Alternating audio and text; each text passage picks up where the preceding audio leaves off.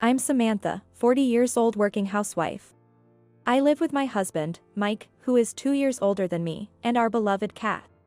We've been married for 15 years now. If you ask me if I've been completely satisfied with our marriage life, not really. One reason is that we've never been able to have children.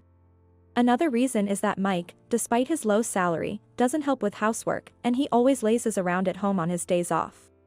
Moreover, Mike is somewhat of a mama's boy. Even now in his 40s, he always wants to visit his parents' house, which is nearby. After Dad passed away, Mom has been feeling lonely. He makes an excuse, but I don't think his mother would be mentally weak. She is so mean and classless. Listen to this. I was in line at the supermarket the other day, and I accidentally let off a fart, she said. And it was loud. I was so embarrassed, I turned around and said, "How rude of you to fart at people," as if it was the person behind me. She would proudly told this story, laughing, and Mike was laughing along, but I was appalled. I can't believe such a vulgar woman is my mother-in-law. Given her personality, it's no wonder she has few friends, and bullying her daughter-in-law seems to be her only hobby. I wouldn't mind visiting her if I got along with her, but with such a personality, no daughter-in-law would want to be with her. The couple who used to live with her, my brother-in-law and his wife, Linda, even fled because they couldn't stand the mother anymore. No surprise there. Living with just her, especially after the father-in-law passed away, would be like a penalty game. Unlike me, who is quite assertive, Linda was a quiet and patient type, yet even she had to escape. That's how much she was tormented. Linda wanted to move as far away as possible, but her husband, also somewhat of a mama's boy, refused to do so. So now we all live our own house, but not that far from where she lives. Both those brothers are mama's boys. What's so good about such a mother-in-law? However, as long as we are living in separate house from her, it is bearable. But if, by any chance, we get a cohabitation request from her, I'll make sure to stop it. I firmly vowed that to myself. However, when we were summoned into her house recently, the commotion about living together with her finally erupted. I've been thinking, it's about time we start living together. When can you guys move in? Suddenly, she gathered us and my brother-in-law's family. Just when I wondered what she was going to say, she abruptly started talking about living together. And she spoke as if cohabitation had already been unilaterally decided, jumping straight to discussing the timing of the move. Which was quite presumptuous. Hey. Wait a minute, I'm totally against living together, I said. I've seen the hardships Linda went through. I refuse to go through the same, I protested. I'm not asking you, I'm asking Mike. My mother-in-law dismissed my objection as if my opinion didn't matter. She dismissed my objection as if my opinion didn't matter. Even though I'm directly involved, if we're talking about living together, it seems my opinions are completely ignored. Well, I'm okay with it. Living together and all. Besides, when it comes time to taking care of Mom in the future, it'll be easier for Samantha if we all live under one roof, right? Incredibly, Mike was in favor of moving in. And he assumed I would take care of the future caregiving. Caregiving? Me? You must be joking. After all the bullying you've done, you expect caregiving? I retorted incredulously.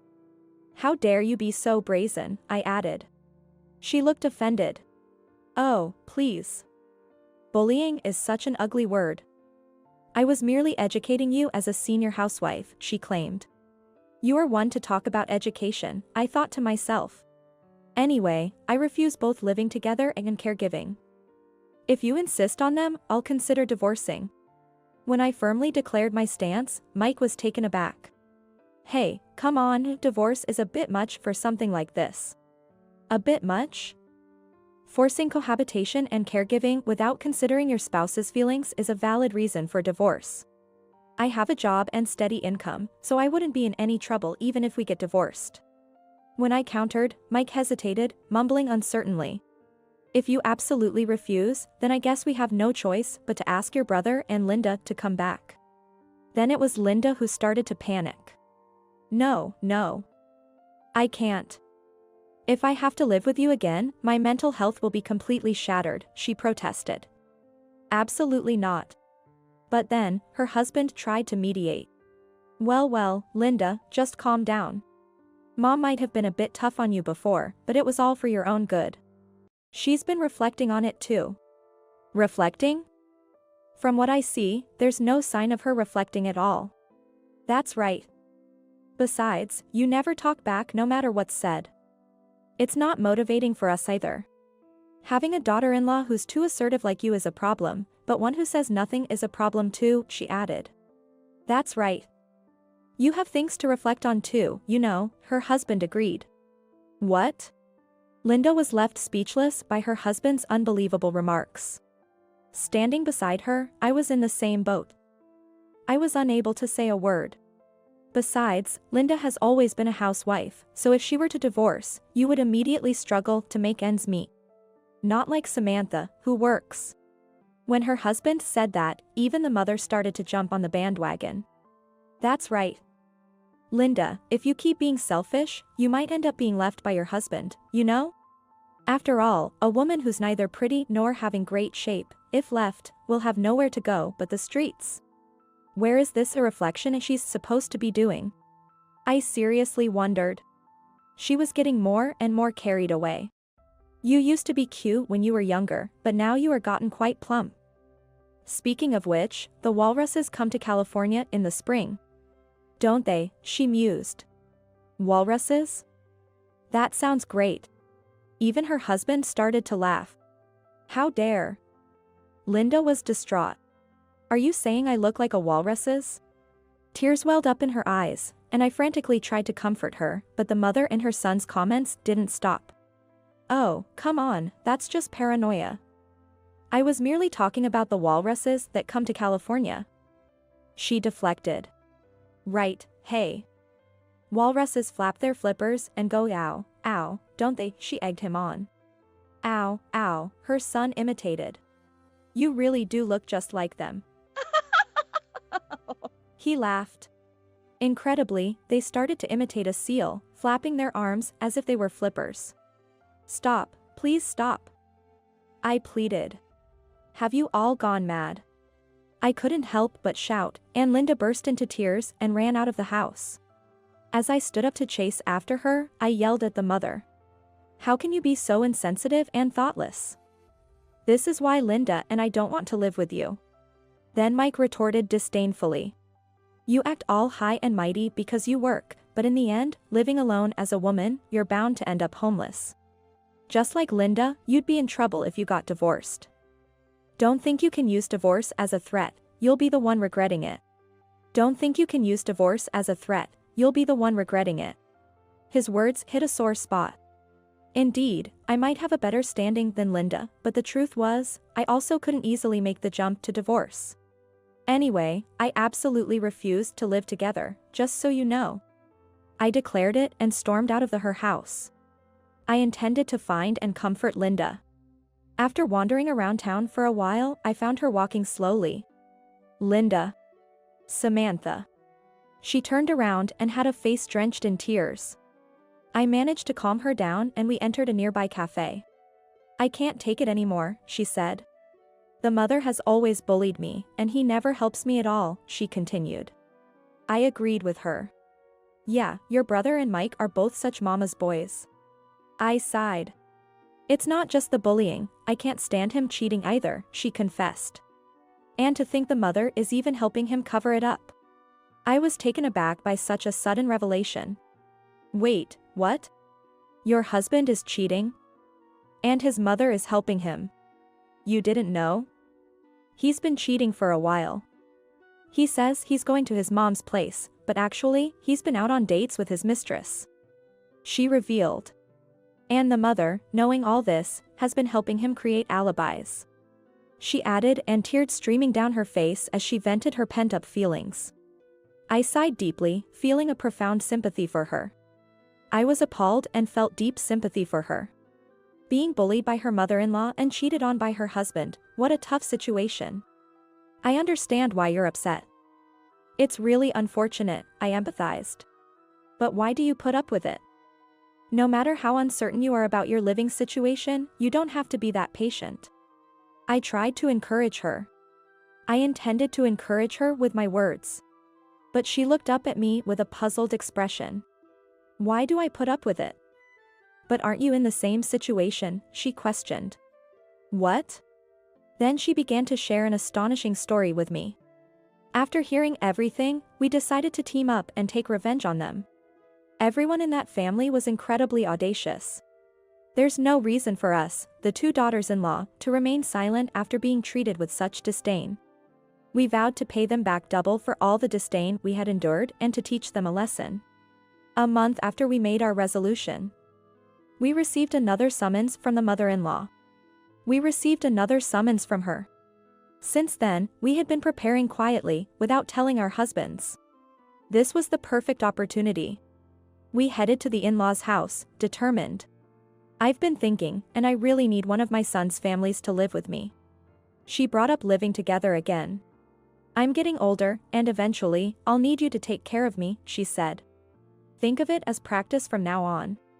Linda answered firmly before I could. I refuse. I will never live with you, she declared. If it comes to living together, I'll divorce. The mother-in-law seemed taken aback by her firm tone, different from before. Still talking like that. What about you, Samantha? She turned to me. My turn, huh? I responded. So, you're saying you want to live with us because you want us to take care of you? I clarified. Well, that's part of it, but I'm lonely on my own, and I want to live with one of my sons, she admitted. It seems she was getting increasingly frustrated because we wouldn't say yes. Can you brides really not listen to a single request from me? This is an order. Since I will be living with my son, you must move in together. Linda and I exchanged glances and nodded in agreement. No, thank you. How about this person instead? And then I spread several photos across the family table. What is this? My brothers-in-law and Mike gasped in shock. Because those photos were evidence of the two brothers cheating. Scenes of them entering hotels with women and kissing behind telephone poles. You two, always together, even in cheating. Such brotherly love. And it seems like your mother knew about it. Despite knowing, she helped you two create alibis. After such despicable acts, you have the audacity to ask us to live with you and take care of you? Linda was nodding in agreement beside me. If you need caregivers, ask these women in the photos. We're getting divorced, so no living together or caregiving from us. That would be a problem for us. She panicked. A problem? We have no problems at all. Right, Linda? Linda smiled brightly. Hey, Linda. You'll be the one in trouble if you get divorced. A housewife won't survive on her own. My brother-in-law started yelling. He might want to start imitating a walrus again, like he did a month ago, but that won't fly. Divorce is just a threat, right? Linda replied with a clear face. Oh, we're not troubled at all. We plan to get plenty of alimony from you. What? We'll also demand alimony from your affair partners, and that should cover the cost of renting a small apartment and starting over. It'll be tough to find a job, but we're determined to make it on our own. Linda, I'll help you. We, two women, decided to support each other and get through this together. With my personal savings, we could manage for the time being. Once Linda extracts alimony from her husband and his affair partner, we've agreed she'll pay me back with a little interest. We need to pull as much money as we can from these guys. Yes, Mike, we plan to demand alimony from you too, and your affair partner as well. Even though I work, money is never enough for a divorced woman over 40. As I declared to Mike, he clung to me. I'm sorry. It was just a moment of folly. Just a bit of fun, not serious. Serious or not, cheating is cheating. I've already consulted a lawyer, so save your excuses for them. I handed Mike and my brother-in-law the business card of a lawyer's office. Linda and I have got the same lawyer. We signed contracts with the lawyer for both of them at the same time and got a slight discount on the deposit. This is what you'd call a bulk discount. A smart housewife's trick, right? Wait a minute. Let's talk. Please, anything but divorce. We apologize. Please see how sorry we are.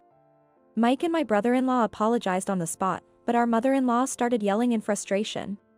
If you want to divorce, then go ahead, do as you please.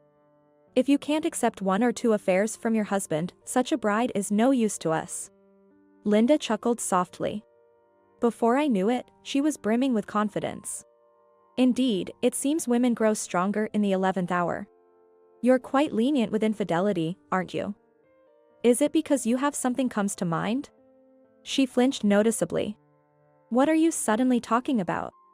I heard from the neighbors that you had an affair back in the day too, with a part-time student from Mike's swimming club.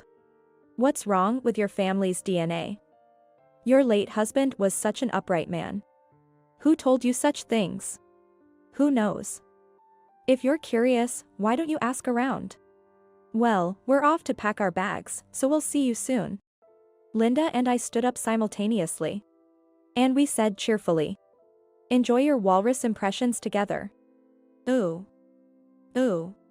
Afterward, Linda and I went back to our respective homes, picked up our pre-packed bags, and left. We had already signed the lease for an apartment, so we planned to meet there. Mike kept calling me, and Linda's husband kept calling her, but we ignored all their calls and left everything to our lawyer. Eventually, the double divorce was finalized, and we received our alimony. Mother-in-law's planned to have us take care of her, but it fell through. Now she's clinging to her 2 sons, who are apparently squabbling over who should take care of her. Please come back.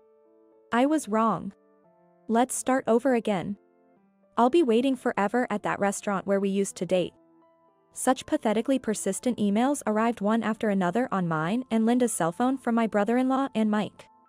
At night, after work, Linda and I drink, using those emails as snacks, and mock our ex-spouses. Hey, Linda, where's that restaurant? Who knows? The place we used to date at has been demolished recently, so I wonder where they're waiting. After taking the beloved cat with us, Linda and I lived together as 2+1 for a while.